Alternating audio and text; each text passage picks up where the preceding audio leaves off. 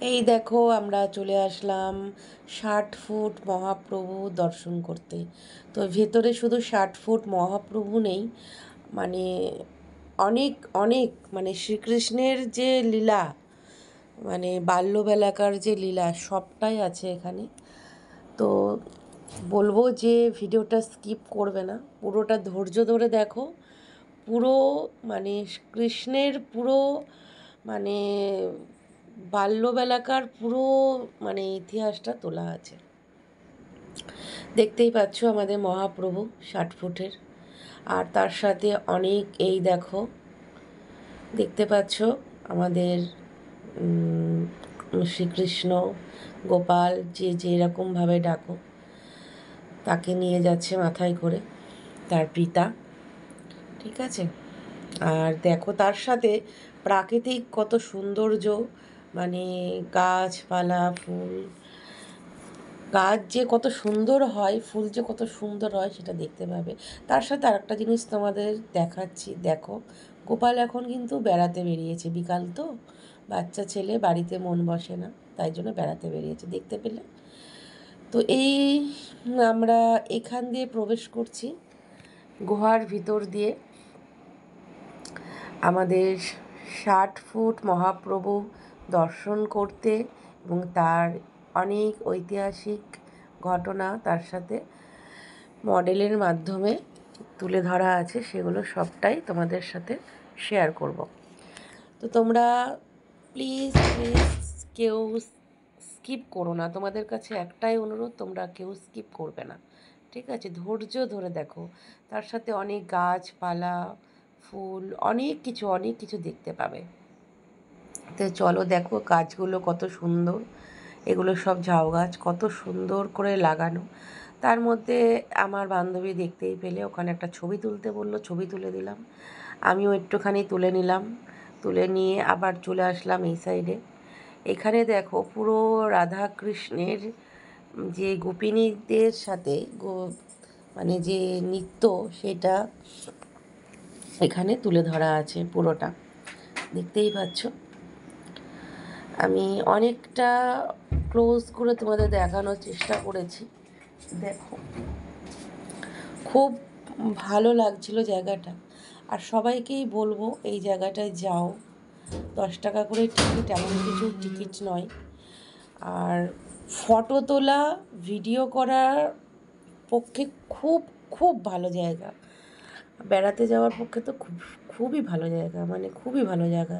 এই দেখো এখানে কীর্তন গাইছে, আর এই যে আমাদের মহাপ্রভু এইখানে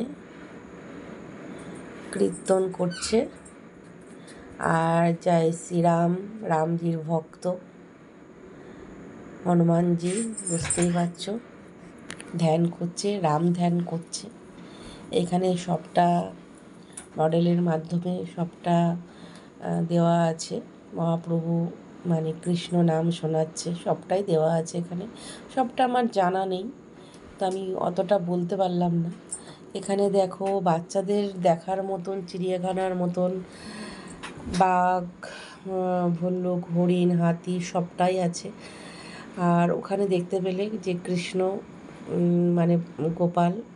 আর এই দেখো এখানে হচ্ছে তাল গাছ, বললাম না যে গাছেরও অনেক সৌন্দর্য আছে এখানে। এই দেখো এগুলো সব কিন্তু লাগানো, জানো তো, বাঁশঝাড় এটা লাগানো, অনেক মানে গাছের অনেক সৌন্দর্য আছে ওখানে। ওখানে গেলে অনেক রিলস করতে পারবে, ভিডিও করতে পারবে, মানে ভালো ফটো শ্যুট করতে পারবে। দারুণ জায়গা, অসাম জায়গা। জায়গাটা কোথায় আমি শেষে তোমাদেরকে বলবো, যারা আমার বাইরের বন্ধু আছো তাদের জন্য। নদিয়া জেলায় যারা বাস করো তারাও অনেকেই চেনো না, তাদের জন্য, যারা চেনো তাদের জন্য নয়, ঠিক আছে। এখানে দেখো আস্তে আস্তে ব্রহ্মা আছে, আর হচ্ছে নারদ মুনি আছে, সবটাই তোমরা দেখতে পাবে। এই দেখো ব্রহ্মা আর আমার বান্ধবী, ও আগে আগে যাচ্ছিল।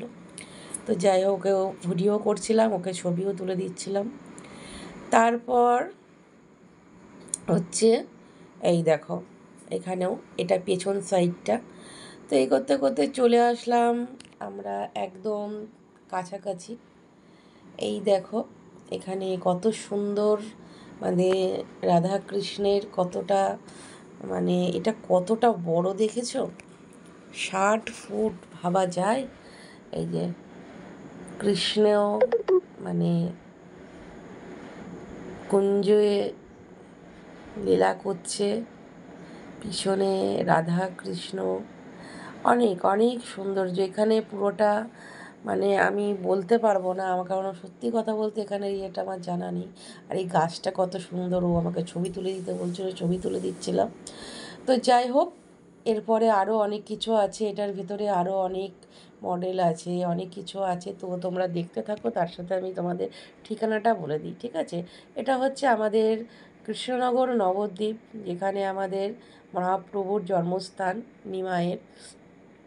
তো সেইখানে হচ্ছে ওখানে ঘাটে নেমে যারা বাসে যাবে, যারা ট্রেনে যাবে, সবাই নবদ্বীপকে চেনো নিশ্চয়ই। নদিয়ার নবদ্বীপ নিমাইয়ের বাড়ি, জন্মস্থান। তো ওখানে আসলে পরে ঘাটের ধারে যে কোনো অটোওয়ালাকে বললে যে 60 ফুট মহাপ্রভু দেখতে যাব, তোমাদেরকে নিয়ে চলে যাবে। 50 টাকা করে ভাড়া নেয়। যদি অনেকজনা থাকো তাহলে ভাড়া কমে যাবে, একজন গেলে 50 টাকা দিলেই চলে যাবে। তো যাই হোক, দেখতে পাচ্ছ এগুলো সব কাচের ভেতরে নানান ধরনের দেব দেবীর মূর্তি দিয়ে নানান ধরনের মানে ঐতিহাসিক জিনিস তোলা আছে। সবটা তো ভালো করে আমি জানিও না, বুঝিও না, সবটা আমি ভেঙে ভেঙে বলতে পারবো না তোমাদেরকে। তো এখানে দেখো এটা দূর থেকে কতটা সুন্দর লাগছে, রাধাকৃষ্ণের লীলা, তার সাথে গোপিনী। আর এই দেখো গোপাল দোল্লা খাচ্ছে, দেখেছো তো? গোপাল দোল্লা খাচ্ছে, এটা তো আমার দারুণ লেগেছে, খুব সুন্দর লেগেছে। তার পাশে আছে নৃসিংহদেব ঠাকুর, ঠিক আছে? তো এই দেখো নৃসিংহদেব ঠাকুর, এই দেখো এটা আমাদের মানে এই সাইডেও আছে একটা নৃসিংহদেব মন্দির, ওখানেও আছে, ওখান থেকেই এটা সৃষ্টি। আর এই যে এখানে কীর্তন করছে, আর এখানেও দেখো মডেল আছে। আমি আস্তে আস্তেই বলছি, কারণ আমার কথা বেশি বললে পরে তোমরা এগুলো ভালো করে মন দিয়ে দেখতে পারবে না। তো সেই কারণে আমি একটু আস্তে আস্তেই কথাগুলো বলছি, কারণ আমি জানি না সবটা ঘটনা, আমি বানিয়ে বানিয়ে বলবো, তাই না? তো সেই জন্যই আমি আস্তে আস্তে ঘটনাগুলো বলছি। তো এগুলো দেখছি, দেখতে দেখতে পুরোটা দেখে দেখো এইটা তো চারিধারে আছে, তার ওপরেগুলো দেখো সবটাই ছবি এঁকে এঁকে পুরো লীলা মানে সব দেওয়া আছে ছবি করে করে। তো যাই হোক, এবার যাবো বাস সাইড দিয়ে, এখান দিয়ে মহাপ্রভুকে দেখতে আরও বেশি ভালো লাগবে। আর এখানেই হচ্ছে শেষ, ঠিক আছে? অনেক সুন্দর জায়গাটা, সবাইকে অনুরোধ করব যে যাও, ছবি তোলো।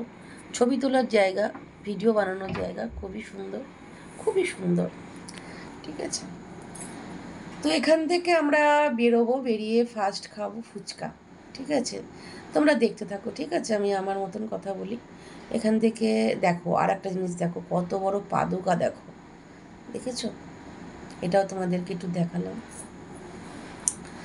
তো এখান থেকে আমাদের দেখা হয়ে গেলে আমরা যাব, বেরিয়েই ফার্স্ট খাবো ফুচকা, তারপর যাব হচ্ছে আমার মেয়ের ঠাম্মার বাড়ি, ঠাম্মা এখানেই থাকে। তো ঠাম্মার ঘরে যাব, ঠাম্মার ঘরে গিয়ে মানে আমার মেয়ের ঠাম্মা, তো তার ঠাম্মার ঘরে গিয়ে উনি যেহেতু বৈষ্ণব হয়ে গেছে, উনি কারোর সাথে থাকে না, কারোর সাথে খাওয়া দাওয়া করে না, সেই জন্য উনি আলাদা থাকে ওনার মতন, উনি একা একাই থাকে, ওনার বাড়িঘর সবটাই আছে, কিন্তু উনি এইভাবে থাকতেই বেশি পছন্দ করে, কারণ বৈষ্ণবদের বড়লোকিও আনা করে থাকাটা মানায় না, সুখ স্বাচ্ছন্দ্যের মধ্যে থাকাটা মানায় না, তাই জন্য উনি এইভাবে থাকতে পছন্দ করে। তো যাই হোক, দেখতে পেলে এখন ওখান থেকে বেরিয়ে চলে আসলাম, এসে এই যাচ্ছি এখন আমার মেয়ের ঠাম্মার ঘরে। এই যে আছে কিনা আমি জানতাম না, তবুও দেখলাম, এসেছি যখন যাই একটু দেখা করে যাই, তো ওই জন্য দেখা করতে আসলাম। দেখা করে ওনার ঘরেও ঠাকুর আছে, উনি সাজিয়ে টাজিয়ে রাখে, আর হচ্ছে উনি ঠাকুর দেবতা নিয়েই থাকে, রাধা মাধবকে নিয়ে থাকে। উনি ওই তালেই থাকে, কারণ উনিও একটা অসুস্থ, একটা ক্যান্সার পেশেন্ট। তো সেই জন্য উনি কারোর ঝামেলায় থাকতে চায় না। উনি যেটা মানে ভালোবাসে বা ভালো বোঝে, আমরা কেউ ওনাকে চাপ সৃষ্টি ওনার ছেলেরা করে না। এই যে রাধা মাধব ওনার ঘরে দেখতেই পাচ্ছ, এসব নিয়ে উনি সারাদিন রাতে থাকে, এটাকে উনি ভালোবাসে আর এটাকেই নিয়ে ভরসা করে উনি চলেন। তাই জন্য উনি গুরুদেবের ফটো রেখেছে। তো সেই কারণে আমরাও মানে ওনার ছেলেরা কিছু বলে না। তা এখন আমি একটুখানি ঘোরামোড়া বসে দিয়েছিলাম, আমরা বসলাম। তা আমি একটুখানি ঘোরাফেরা করছি। আমারও বেশ ভালো লাগে, গঙ্গার ধারে এরকম বাড়ি আমার খুব মানে খুবই ভালো লাগে। ওই জন্যই ছুটে ছুটে যাই, খুব মানে মনটা বেশ ভালো হয়ে যায় এরম জায়গায় গেলে। তো তারপর গঙ্গা জল নিলাম। তারপর ওখান থেকে আসার পর এখান থেকে দুটো খেলাম, পরোটা খেলাম। পরোটা খেয়ে বেরিয়ে আসলাম। আর ও আমার বান্ধবী টিকিটটা কাটছে, নৌকা পার হব। এই যে এই শ্রীরাম বসে আছে, ভক্ত শ্রীরামের। এখান থেকে গঙ্গা জল নেব। আমার আসলে একদম মানে মনে ছিল না, পরে মনে পড়লো। তো আমি নেমে গেলাম, 5 লিটারের ঢপটাও নিয়ে আসলাম, বাড়ি থেকে ঢপ নিয়ে আসিনি। এখান থেকে জল নেব, জল নিয়ে ওপরে যাব। ওপরে গিয়ে অটো ধরবো, অটো ধরে তারপর মানে বাড়ি চলে যাব। তো তোমরা দেখতে থাকো, কি সুন্দর মানে পরিবেশটা লাগে, আমার তো খুবই ভালো লাগে। তো তোমাদের পুরো ভিডিওটা যদি ভালো লাগে অবশ্যই অবশ্যই একটা লাইক, ভালো কমেন্ট, আর নতুন নতুন যারা জয়েন করছো তারা অবশ্যই সাবস্ক্রাইবটা করে যাও। এ ধরনের ভিডিও দেখতে ভালো লাগলে অবশ্যই জানাও আমাকে, তাহলে এই ধরনের ভিডিও আমি বানাবো। আমার এই ধরনের ভিডিও বানাতে আমার ভালো লাগে। তো আর কিছু বলার নেই, এইটুকুই বলবো যে মানুষকে সাহায্য করা ভালো, ঠিক আছে? তোমরা যদি সাহায্য করো, এই ধরনের ভিডিও দেখো, অবশ্যই খারাপ এই ধরনের ভিডিওগুলোতে যদি তোমরা সাপোর্ট করো, অবশ্যই ভালো ভালো ভিডিওতে সাপোর্ট করো, খারাপ কোনো কিছুতে সাপোর্ট করো না, ঠিক আছে? তোমরা যদি এই ধরনের ভিডিওতে সাপোর্ট করো, মানুষও এই ধরনের ভিডিও বানাবে, খারাপ কিছু করার চেষ্টা করবে না। আর খারাপ জিনিসে তোমরা যদি সাপোর্ট না করো, খারাপ জিনিসও সমাজে ছড়াবে না। আর খারাপ জিনিস সমাজে না ছড়ালে সমাজটাও পরিষ্কার থাকবে, তাই না? তো দেখতেই পেলে নৌকায় উঠে পড়লাম, নৌকাটা ছেড়েও দিল। আর নৌকায় বসে আমি আর আমার বান্ধবী বসেছিলাম। চারিধারটা একটু দেখিয়ে দিলাম তোমাদেরকে, কতটা সুন্দর লাগে। আমার তো ভীষণই ভালো লাগে, আমার গঙ্গার ধার প্রচণ্ড ভালো লাগে। আমার পাহাড় সমুদ্র মোটেই ভালো লাগে না। এখান থেকে দেখতে পাচ্ছি দূর থেকে ইস্কনের চূড়াটা দেখা যাচ্ছে। তারপর এই করতে করতে আমরা ঘাটের পাড়ে চলে আসলাম। ঘাটের পাড়ে দেখতেই পাচ্ছ আমার বান্ধবী আগে যাচ্ছে, আমি পিছিয়ে আসছি। দুজনা মিলে আস্তে আস্তেই আমরা অটো পেয়ে গেছিলাম। বেশিক্ষণ আমাদের দাঁড়িয়ে থাকতে হয়নি, 2টো প্যাসেঞ্জারের জন্য একটু দাঁড়িয়েছিলাম এই যে অটো স্ট্যান্ডের কাছে। অটোর জন্য ওয়েট করছি, মানে লোক প্যাসেঞ্জারের জন্য ওয়েট করছিলাম। তো এবার ছেড়ে দিল, চলো টাটা বাই, ভালো থেকো, সুস্থ থেকো, দেখা হচ্ছে নেক্সট ভিডিও।